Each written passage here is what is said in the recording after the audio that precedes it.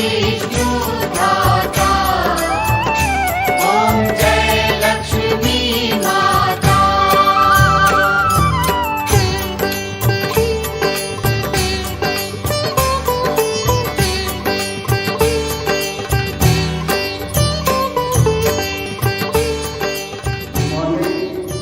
Respected teachers, parents, and my dear students.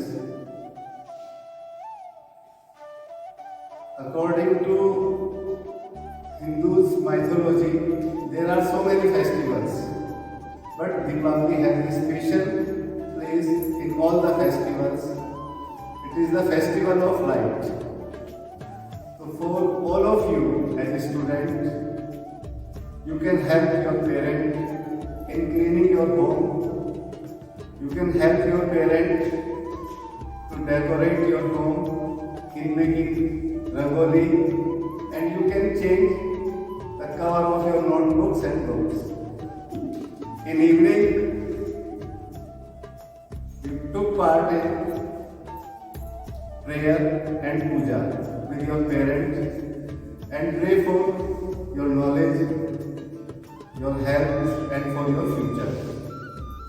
After prayer, take blessing of your parents and your grandparents if possible. Distribute sweets and share gifts among your brothers and sisters. And there is one request from my side or from all the staff members that this year, if you are not bursting the firecrackers, then it will be a true happiness for Deepavali, because with day by day pollution is increasing and bursting of crackers increase sound pollution and air pollution. So in place of bursting crackers, it is better you should use your creativity in decorating your home and making some useful for yourself and for your family. At last, I would like to say Deepavali is a festival of light. So try to remove darkness from your life, improve your knowledge, and once again, I wish on behalf of myself and all the staff members a very happy and prosperous Deepavali to all of you and to your family. भगवान राम के 14 वर्ष के वनवास के उपरांत जब वे अयोध्या वापस लौटे थे, तब अयोध्या वासियों ने अपने घर के द्वारों पे दिए जलाकर उनका स्वागत किया था। भगवान राम की पत्नी माता सीता को लंकापति रावण हरण करके ले गया था। तब भगवान राम और लंकापति रावण के बीच घमासान युद्ध हुआ, पर भगवान उन्हें हरा ही नहीं पा रहे थे। तब रावण के भाई विभीषण ने उन्हें सलाह दी कि आप माँ दुर्गा की आराधना कीजिए, क्योंकि रावण को माँ दुर्गा का आशीर्वाद है। तब भगवान राम ने माता भगवती की आराधना की। उन्होंने 108 नीलकमल चढ़ाने का वचन दिया, परंतु 107 नीलकमल तो उन्हें मिल गए, पर एक बचा रहा। तब उन्हें याद आया कि मेरी माता उनकी आंखों को नीलकमल के नाम से पुकारती थी। तब भगवान राम ने अपने एक नेत्र को माता भगवती को अर्पित किया। इससे प्रसन्न होकर माता भगवती ने उन्हें आशीर्वाद दिया विजयी होने का। तब भगवान राम रावण को परास्त कर माता सीता को लेकर अयोध्या वापस आए। इसीलिए दीपावली से पूर्व माता भगवती की हम 9 दिन तक आराधना करते हैं। तो आइए आज हम जो हमारा दीपावली त्योहार होता है वो पूरा 5 दिन का होता है, उसकी अलग अलग कथाएं सुनते हैं। धन्यवाद।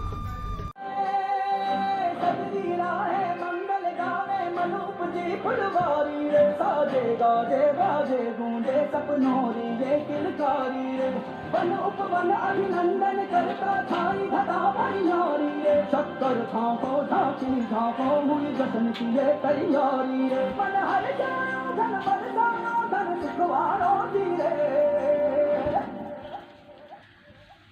आयो रे शुभ दिन आयो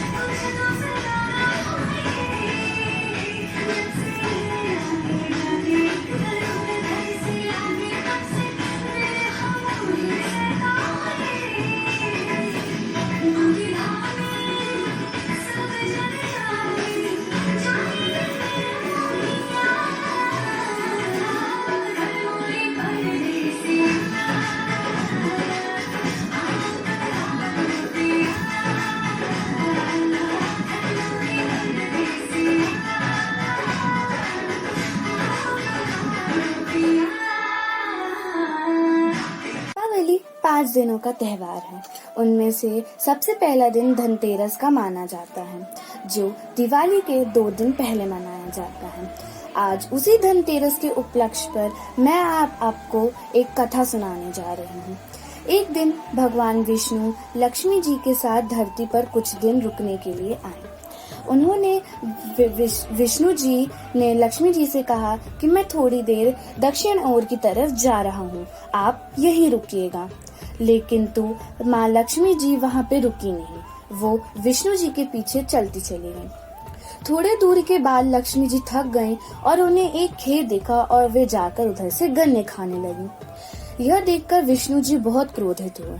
उन्होंने उन्हें श्राप दिया कि जिस किसान के खेत से आपने गन्ने खाए हैं, उसी किसान के घर आप 12 वर्ष तक रुकेंगी और उसकी सेवा करेंगी। यह कहकर विष्णु लोक चले गए और 12 वर्ष तक माँ लक्ष्मी ने उस किसान के घर पे उसकी सेवा की और उसे धन धान्य से संपन्न कर दिया। किंतु 12 वर्ष बाद विष्णु जी उन्हें लेने के लिए आए, लेकिन वह किसान उन्हें जाने नहीं दे रहा था। तब विष्णु जी ने उनसे कहा कि तुम यह कौड़ियाँ लो और अपने परिवार समेत गंगा स्नान पर जाओ और यह कौड़ियाँ गंगा में डाल देना। जैसे ही उस किसान ने वह कौड़ियाँ गंगा में डाली, वहाँ से शत्रुमुर्द आ गए और उन्होंने तब किसान ने उनसे कहा कि यह कौड़ियाँ मुझे विष्णु जी ने गंगा में डालने के लिए कहा था। तब चतुर्भुज ने कहा, हाँ मुझे पता है कि यह विष्णु जी की कौड़ियाँ हैं और तुम्हारे घर पे जो स्त्री 12 वर्ष तक ठहरी थी वह लक्ष्मी जी का एक रूप थी। अगर वो चली जाएंगी तो तुम्हारा सब धन्य धान भी चला जाएगा, तो तुम्हें उन्हें जाने नहीं देना। यह सुनकर किसान भागकर अपने घर गया और लक्ष्मी जी को रोकने लगा। तब लक्ष्मी जी ने उससे कहा कि अगर तुम चाहते हो कि मैं तुम्हारे घर पर आऊं, तब अगले दिन कल धनतेरस है, तुम्हें अपने घर को स्वच्छ और स्वस्थ रखना है और रात में घी के दिए जलाने हैं। मैं अवश्य तुम्हारे घर आऊंगी, लेकिन अदृश्य रूप में। तभी से वह किसान हर साल धनतेरस पर अपने घर को स्वच्छ और स्वस्थ रखता था और रात में घी के दिए जलाता था।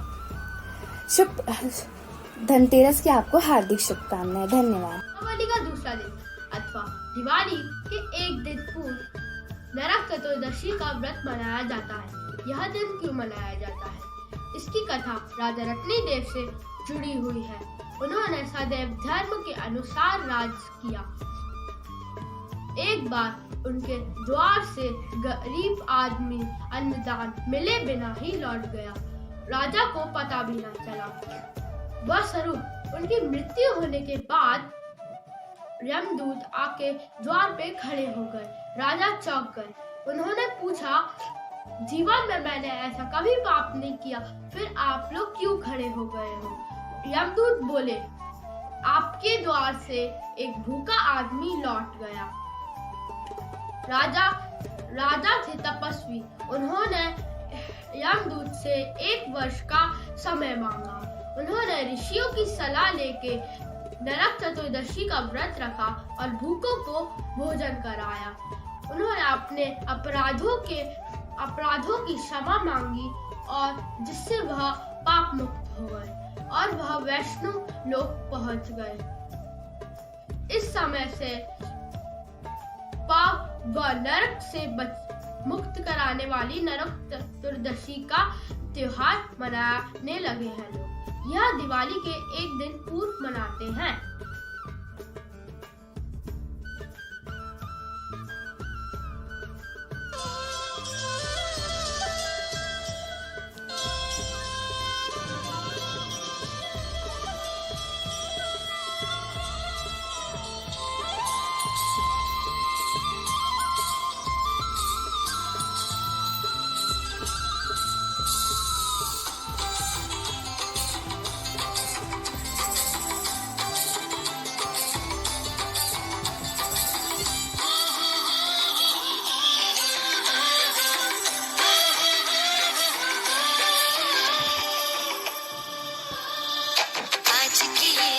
करे दूर अंधेरा, दीप जले ऐसे लगे जैसे सवेरा।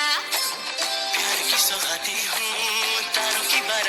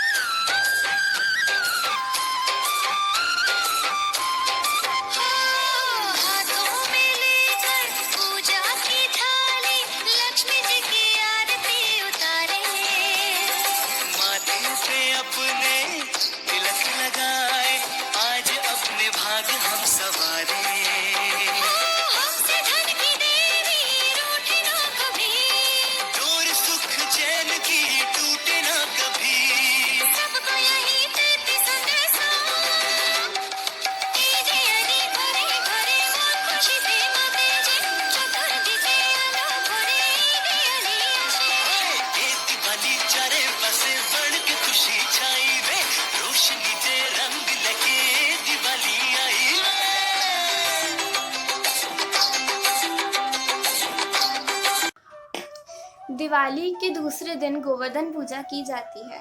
इस दिन को अन्नकूट के नाम से भी जाना जाता है। इस त्योहार से संबंधित कथा कुछ इस प्रकार है। एक दिन श्री कृष्ण जी ने देखा कि सभी ब्रजवासी इंद्रदेव की पूजा कर रहे हैं, उनकी माता भी इंद्रदेव की पूजा कर रही है। तब उन्होंने ये सवाल किया कि इंद्रदेव की पूजा क्यों करते हैं। तब उनकी माता ने बताया कि इंद्रदेव वर्षा करते हैं, इससे हमें अन्न मिलता है और हमारी गायों को चारा मिलता है। तब श्री कृष्ण ने कहा कि तब तो हमें गोवर्धन पर्वत की पूजा करनी चाहिए, क्योंकि हमारी गाय तो वहीं चरने जाती हैं। तब सभी ब्रजवासियों ने कृष्ण जी की बात मानकर इंद्रदेव की पूजा छोड़कर गोवर्धन पर्वत की पूजा करनी शुरू करी।